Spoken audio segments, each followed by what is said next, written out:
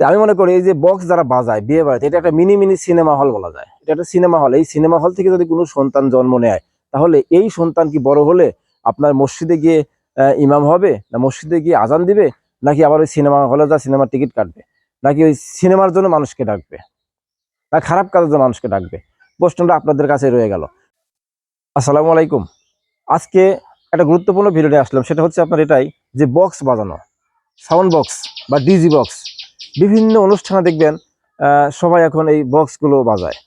মানে হাজি নাই, হুজুর নেই, মোল্লা নাই, মুন্সি নেই, ইমাম নেই, সবাই শতকরা 99% মানুষ এই কাজের সঙ্গে জড়িত। এখন এখন পরে আমি যেটা বুঝতে পারলাম, এই কোনো বিয়ে বাড়িতে এই বক্স বা ডিজি বক্স না বাজালে নাকি সেই বিয়েটা পবিত্র হয় না, এরকম তাদের ধারণা।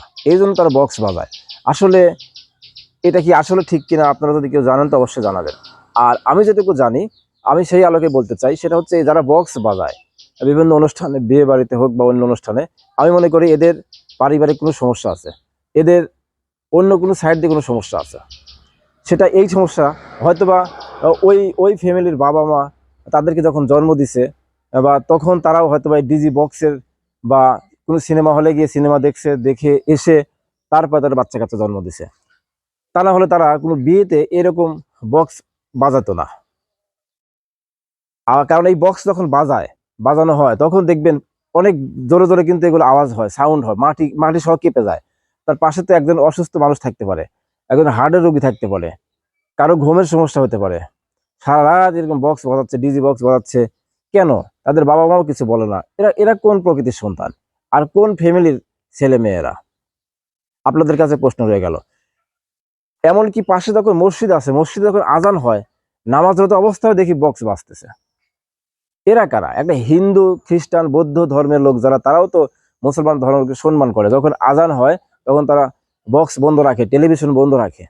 তাহলে এরা কি? এরা এরা কোন প্রকৃতির? এরা কিন্তু আবার মুসলমান হিসেবে দাবিও করে। এরা কিন্তু আবার দোকানপাটে গিয়ে আলোচনাও করে। এদের গার্জিয়ান কিন্তু বলে যে একদিন আনন্দ করবে, সমস্যা কি? এই কথাগুলো বলে। কিন্তু এই কথা বলে না যে আজান হয়ে গেছে, একটু মসজিদে যাও, নামাজটা পড়ে আসো। এই কথা কিন্তু আমি গার্জিয়ানকে বলতে দেখি না, বা বলেও না। অথচ তারা কি করে? টাকা দেয়, বক্স বাজানোর টাকা, বক্স নিয়ে আসো গা, যাও, টাকা দিচ্ছে, বক্স নিয়ে আসছে। কিন্তু ওই গার্জিয়ান কিন্তু তাদেরকে কখনো এই শিক্ষাটা দেয় না যে 5টা টাকা মসজিদে দান করো, 5টা টাকা মাদ্রাসায় দান করো, 5টা টাকা অসহায় মানুষকে দান করো। এই শিক্ষা তারা দেয় না। তারা দেয় বক্স আনার জন্য টাকা, কিন্তু ভালো কাজের জন্য টাকা দিতে বলে না, কোনো জালসায় টাকা দেওয়ার কথা বলে না। তারা যত প্রকারের খারাপ জায়গা আছে সেই সকল জায়গায় তার গার্জিয়ান বলে যে হ্যাঁ, এখানে দিতে পারো, এখানে চালাও।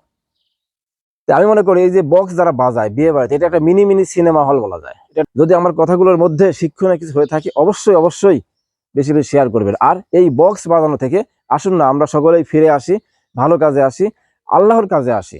সবাই ভালো থাকবেন। আসসালামু আলাইকুম।